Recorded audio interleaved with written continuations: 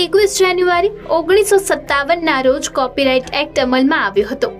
ભારતીય સાંસદે copyright act 1957માં પસાર કર્યો, જે ભારતની સ્વતંત્રતા પછીનો પ્રથમ કોપીરાઇટ કાયદો 4 જૂન 1957ના રોજ અમલમાં આવ્યો.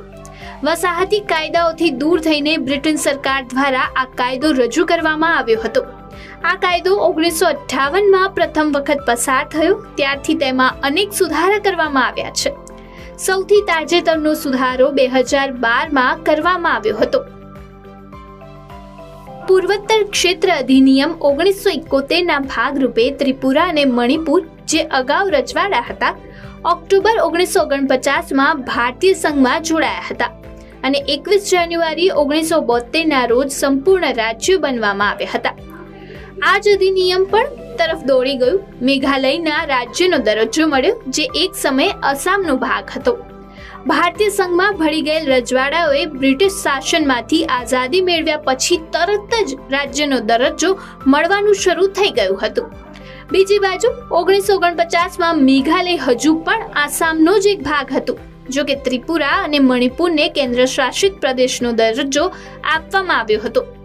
પાછળથી 1969માં આસામ પુનઃગઠન કાયદાને કારણે મેઘાલયને સ્વતંત્ર રાજ્ય તરીકેની માન્યતા આપવામાં આવી હતી. 21 જાન્યુઆરી 1945ના રોજ ક્રાંતિકારી નેતા અને ભારતીય સ્વતંત્રતા લીગના સ્થાપક રાસ બિહારી બોઝનું જાપાનના ટોક્યોમાં અવસાન થયું હતું. તેઓ પ્રથમ આઝાદ હિન્દ ફૌજના સર્જક હતા. દેશના ક્રાંતિકારીઓમાં જેમણે આઝાદી હાંસલ કરવા અને સ્વતંત્ર સરકાર ગોઠવવાનો પ્રયાસ કર્યો, તેવા શ્રી રાસ બિહારી બોઝનું નામ અગ્રણીમાં છે. રાસ બિહારી બોઝ કોંગ્રેસના મધ્ય પક્ષ સાથે સંકળાયેલા હતા.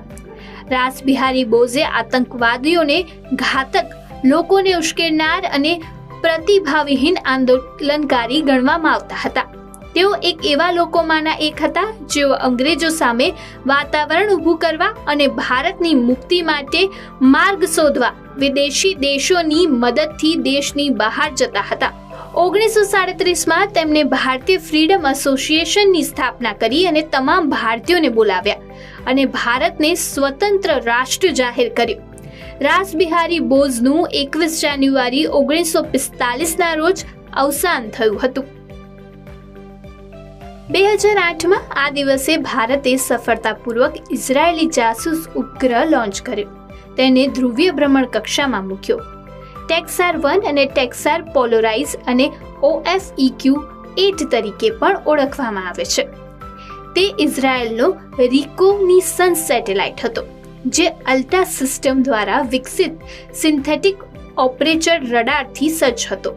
તે 21 જાન્યુઆરી 2008ના રોજ 3:45 UTC પર PSLV C-10 લોન્ચ વ્હીલ દ્વારા ભારતમાં સતીશ ધવન સ્પેસ સેન્ટરથી સફળતાપૂર્વક લોન્ચ કરવામાં આવ્યું હતું. સેટેલાઇટની જાણ કરવામાં આવી હતી.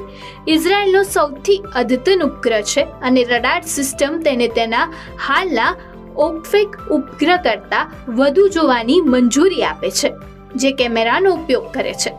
તે વાદળછાયું વાતાવરણ અને ધુમ્મસવાળી સ્થિતિના નાના લક્ષ્યોના ચિત્ર લઈ શકે છે અને રાત અને દિવસ અને તમામ હવામાનની ઇમેજિન કરી શકે છે.